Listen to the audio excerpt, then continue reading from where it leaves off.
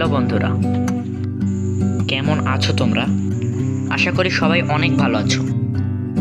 আজকে আমরা কিছু ইংরেজি শব্দ এর বাংলা করব, যা আমরা কথার মাধ্যমে ব্যবহার করতে পারবো। তাহলে ভিডিওটি বেশি বড় না করে শুরু করি। অবশ্যই চ্যানেলটি সাবস্ক্রাইব করবে এবং ভিডিওটি ভালো লেগে থাকলে অবশ্যই একটি লাইক এবং কমেন্ট করো।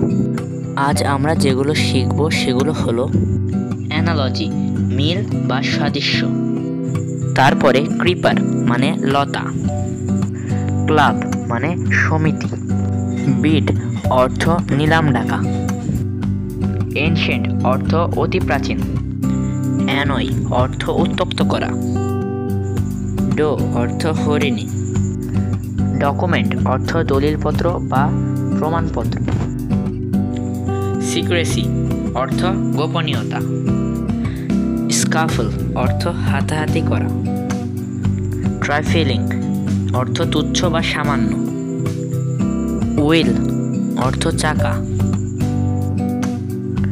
উইট অর্থ আর্দ্র, হোয়েম অর্থ খেয়াল, ইউনিভার্সাল অর্থ সর্বজনীন।